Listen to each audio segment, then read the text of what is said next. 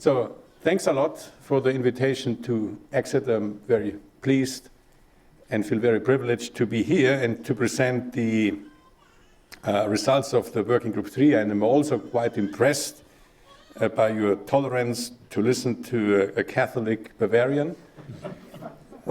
So this is something which was, from my point of view, one of the big challenges. So I had a training also in my previous life in philosophy, and I have to admit to bridging the different expertise and the different value systems within the IPCC, philosophy was one of my huge and the most important capital endowment for this exercise. And being trained in philosophy was, at least to be a co-chair of Working Group 3, much more important than to be an economist. Now, let me start with one important observation. So when we talk about the Working Group 3, this is something where we have to deal with facts and values at the same time. And this is really a huge challenge. And therefore, within Working Group 3, we have developed a kind of a metaphor, which I would like to share with you. And the metaphor is the metaphor of a map maker and a navigator. And within Working Group 3, as scientists, we perceived ourselves as map makers. Map makers who try to explore different pathways to different goals, and instead of prescribing a specific pathway, we want to be explicit about the underlying risks, the underlying costs, and the underlying opportunities of these different pathways. This was the only way how we have been able to deal with facts and values at the same time, because if somebody believes, and there are people in the working group, they believe that, for example, nuclear power is an inevitable component of mitigation, so then we haven't tried to achieve a consensus about this specific issue. Instead of that, we have tried to be explicit about the underlying risk and the underlying costs and the underlying opportunities of this specific pathway. So this is, from our point of view, quite important, because as a map maker, we want to be useful and to offer a map to the navigators. And the navigators are the decision makers, the policy makers, the public. And we hope that we can facilitate a more rational debate about these different pathways and to facilitate a more rational debate on this issue, how to achieve specific low stabilization goals. And as you know, this, on the one hand, this metaphor of a map maker and a navigator was quite useful because it helps us to avoid wrong consensus, false consensus, and it allows us to remain scientifically credible. On the other hand, we had our big fights with the governments during the approval session when we proposed our exploration of the whole solution space. So, and there are some problems because some governments, or many governments, have deleted some material in the summary for policymaker, but it is worthwhile to highlight that the technical summary and the underlying chapters have been totally unaffected by this. So you can read the summary for policymakers, and in the summary for policymakers you have the consensus between the scientists and the governments, and in the technical summary you have the consensus between the scientists, what scientists want to tell to the public and to the policymakers. And then you have these 16 chapters which can be understood as the maps which has been drawn by the scientists. I think this is a reasonable starting point to understand the Working Group 3 contribution to the IPCC, to the fifth assessment report, and at the same time, as a very rough introduction, how we have tried to deal with facts and values. Now let me start with a few insights. Now first of all, and this is a quite important insight, what we can see is greenhouse gas emissions accelerate despite the financial crisis and despite of the reduction efforts around the globe. So most emission growth is CO2 from fossil fuel combustion, And in the last decade, we had the highest growth rate in economic history, and energy supply and industry are responsible for 3/4 of the increase of emissions. So then we try to have a look on the history from 3 different perspectives. And the first perspective is on the cumulative emissions. The cumulative CO2 emissions have more than doubled since 1970. And what you can also see is that Asia becomes, in terms of the cumulative emissions, an important player over the last 3 decades. So, but you can also look now a little bit more on the most important underlying drivers of emissions. And the most important driver, I will come back to that in a minute, the most important driver is income. And therefore, we decided to decompose the different regions along the income categories: low income, lower middle income, upper middle income, and high income. And very roughly what you can see here in this picture is that all the low and upper middle income countries replicate the economic history of the high income countries. Basically, there is no leapfrogging, at least when you look at the historical data. Since 2000, greenhouse gas emissions have been growing in all sectors. For most low-income countries, the largest source of emissions are from the agricultural sector, and the share of the energy and industry sectors increase for lower middle-income countries, and these are the largest sectors for the upper middle-income countries. And the transport sector becomes a large sector for high-income countries. And it will turn out when we analyze the mitigation pathways that the transport sectors is the most costly sector to be decarbonized. Now, the next graph is a quite complicated one, because here we have analyzed the national per capita emissions. And here I would like to draw your attention just to this graph here. But you can see here, these greenhouse gas emissions per capita are highly variable within and between income groups. So you have here a high variability within the low income group, and here also with the high income group. The variability within the low income group comes from deforestation, from the different deforestation patterns. And in the high income group, the variability comes basically from policy choices.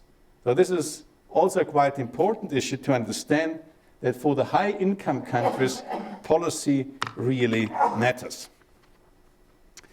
Now you can look also, when you analyze the history, a little bit from a part of the international trade and the international division of labor.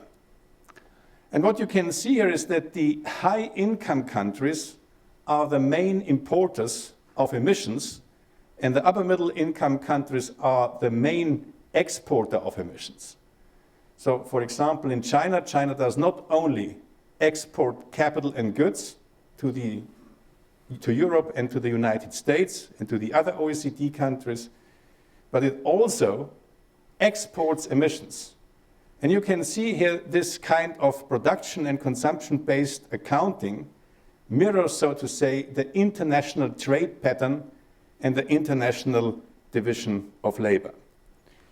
This was a very important debate, even during the approval session, because it's quite clear that economies in transition want to have a more consumption-based accounting, and high-income countries prefer a little bit more production-based accounting.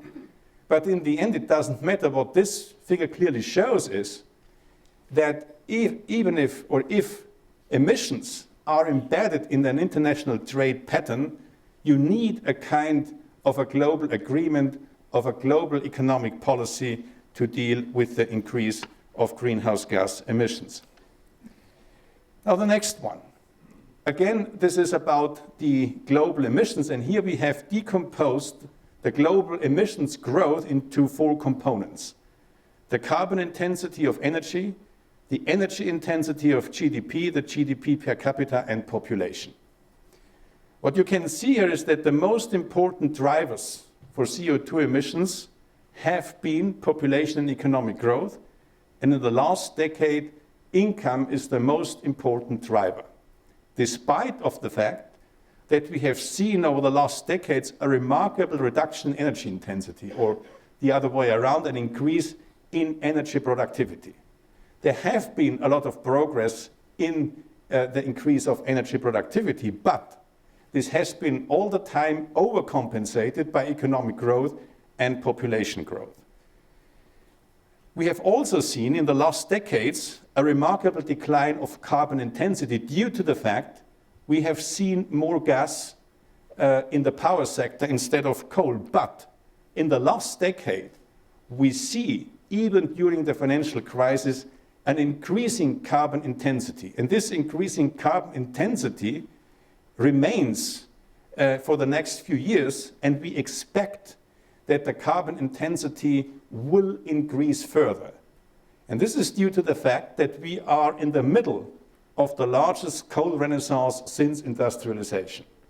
We have seen an increasing competitiveness of coal in India and China and in the United States. And this is really one worrying fact when we analyze the emissions. Despite of mitigation efforts, despite of the financial crisis, we see that coal remains the king, at least in the current energy system. Now, what about the mitigation efforts? The message here is quite simple. Without mitigation, global mean surface temperature might increase by 3.7 degrees to 4.8 over the 21st century. And it is also important to understand that even if we go just for a 3-degree target, we need a substantial change, a substantial departure from the business as usual scenario. And if we go for the RCP 2.6, we need even negative emissions in the second half of the 21st century. This is a huge challenge, but even a 3-degree target is a huge challenge, and it requires a dramatic departure from the business as usual scenario because we are on a high carbon track. Now, what does this mean, this emission profile in terms of technology? Again, it is quite simple to understand. Here you have the different, here you have the different stabilization pathways. And if you go for a 430 to 480 ppm CO2 equivalent scenario, what you can see here is you need a dramatic scale up of low carbon energy share on the primary energy. So compare to the current level, but also compare between the business as usual scenario and any kind of a meaningful stabilization scenario. Admittedly, these are long-term scenarios, and the IPCC has a remarkable reputation to think about the long-term issues. But as your fellow countryman John Maynard Keynes always said, in the long run, we are all dead. And therefore, we decided to think a little bit more carefully about the relationship between the short-term and the long-term issue. Here again, what you can see here, all these different stabilization pathways are consistent with a 2-degree target, roughly with a 2-degree target. So you can say that even the Cancun pledges are consistent with a 2-degree target. However, whatever we will do until the next 2 decades determines what we have to do then after 2030. So if we remain for the next 2 decades along this line of the Cancun pledges, so then we need an emission reduction growth rate around -6%. This is something which is, given the historical experience, it's an unprecedented level of emission reduction. So this is the current emission reduction, what we see now historically. So this means the lazier you are now, so the more emission reduction is required in the future. And this has again a strong implication, this has a strong implication for the upscale of the low carbon technologies. You need here a dramatic upscale if you want to achieve a -6% emission reduction growth rate per year. So, and this is what we call in the Working Group 3 as the mitigation risks. Upscaling has inherent risks of mitigation. If you scale up carbon capture and storage, if you scale up bioenergy, even if you scale up variability of renewables, this has inherent risks which translates in higher adjustment costs. And this has to be taken into account. And what the basic message is that the current Cancun pledges imply increased mitigation challenges for reaching a 2-degree. Many people within and outside the Working Group 3 had a tendency to say IPCC should communicate to the world the 2-degree target is no longer feasible. What we decided to say in the Working Group 3 is not to talk about feasibility or non-feasibility. We tried to be explicit about the underlying technological, political and institutional requirements for a 2-degree target and even for a 1.5-degree target. And this is here the part of the economic and the technological requirements. And this is up to the public and to the decision makers to decide to what extent these requirements can be fulfilled. Now, the next one is about costs. As economists, and in particular in Working Group 3, we are interested about costs. So first of all, what we did is we calculated the costs under very favorable assumptions. And what are the most important favorable assumptions? You have all the technologies available. You have a full and a broad portfolio of technologies on the one hand, and you have no delay in international action. And if you assume that this can be fulfilled, so then you come up with cost estimations in the median around 3.5% for achieving a 450 ppm CO2 equivalent by 2100, relative to the baseline. And this cost estimation translates into a reduction of the consumption growth rate over the 21st century by about 0.06%. So let's assume that you have a 2% GDP per capita growth rate. Then this means that you have then a growth rate of 1.9.4%. So this means that economic growth and the reduction of emissions in general can be reconciled, and you can basically have both. But this comes with a price, and the price is the delay of economic growth. And also these cost estimations exclude the benefits from mitigation, because this was the mandate of Working Group 2. And they also exclude other benefits, for example, like the improvements for local air pollution and other short-term co-benefits. I will come to this point later on. However, these cost estimations are based on a series of assumptions, and I mentioned already two of them: the availability of technologies and immediate international action. But what happens with the costs when we have, for example, not the full portfolio of technologies available? And this kind of scenarios allows the policymakers to understand what kind of technologies have the largest potential to increase the mitigation costs, or the other way around, what kind of technologies have the largest potential to reduce the costs of mitigation. And here I would like to emphasize one cluster of technologies for low stabilization. This is carbon capture and storage. I know this is, at least in Germany, a technology which is definitely not everybody's darling.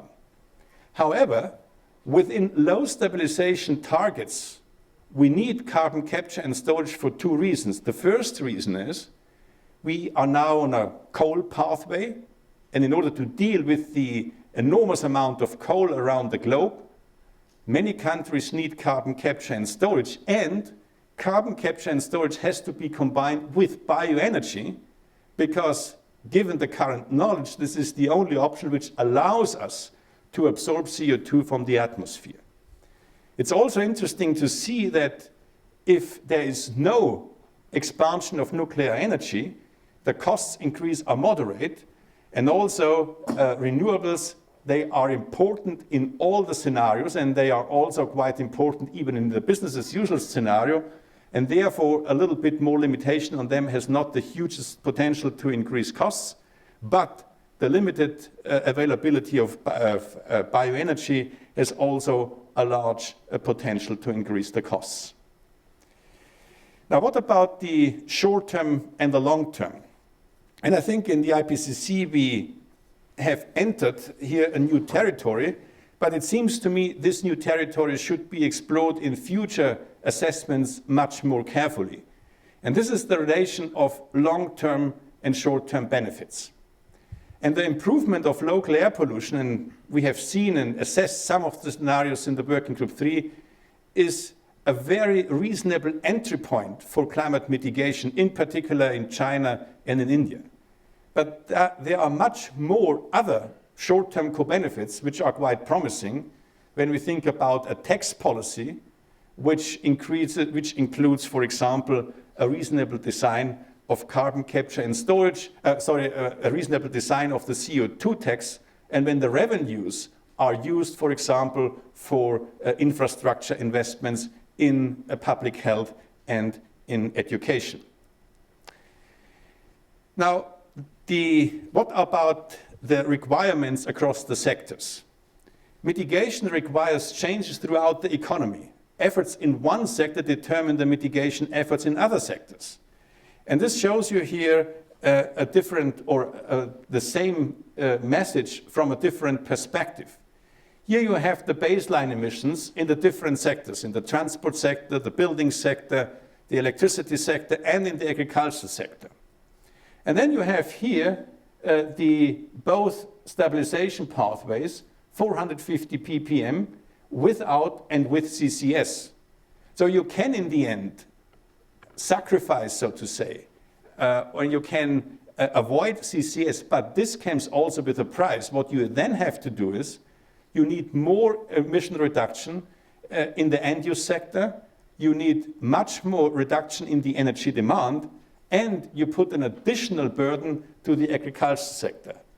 It is my feeling that this kind of information is quite important because policymakers have to understand that when CCS is not available for them, or they are not happy with the CCS because the public is risk averse, so then they have to communicate to the public. We have to do much more on the energy demand side and much more in the agricultural sector.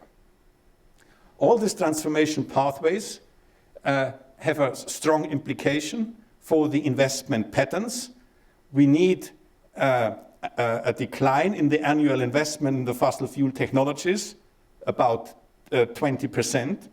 And we need annual investments in low carbon technologies.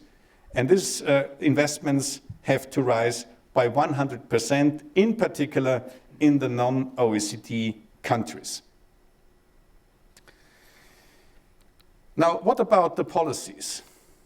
First of all, we have assessed many policy instruments ranging from sector-specific policies, efficiency standards, pricing systems, carbon taxes, cap and trade system. But in the end, the whole message boils down to one fundamental message, and this is, in the end, we need a reasonable carbon pricing. Without the carbon pricing and without international coordination and without international action, we cannot afford a 2-degree target. And here I would like to summarize my whole message with a graph from, this is not in the Working Group III report, it's in the special report on renewables. And I have to admit, this is one of my favorite slides when I have to explain the economics of climate change. So here you have basically the zero line, and below the zero line, you have the resources and reserves of gas, oil, and coal. And above the zero line, you have the amount of CO2 which we have already released into the atmosphere. and the rest is basically the emissions within a business as usual scenario, which basically says that we will not use all the coal, all the gas, all the oil underground. However, what you can see here is that the renaissance of coal can continue for the next few decades because we have the resources and the reserves available. Or the other way around, the scarcity of fossil fuels, the scarcity prices at the fossil fuel markets will not solve the climate problem. Because the limiting factor in the 21st century are not the fossil fuels underground, it's the limiting disposal space of the atmosphere. And in order to define the atmosphere as a global commons, we need an international coordination, we need international cooperation, and first of all, we need a common perception that the atmosphere is a global commons. And from my point of view, it is very encouraging that in our SPM, all the governments in Berlin agreed that the atmosphere can and should be perceived as a global commons problem. It's in a footnote, but it is in the SPM. Now let me conclude what is my basic takeaway, my personal takeaway from this Working Group 3 report. And now, in the last 3 minutes, I take the opportunity to behave as a free man. So my conclusion, it's not the conclusion of the co-chair of Working Group 3, it's my personal conclusion. My personal conclusion is, it does not cost the world to save the planet. However, it requires a huge effort, the right incentives, and a lot of goodwill. Thanks.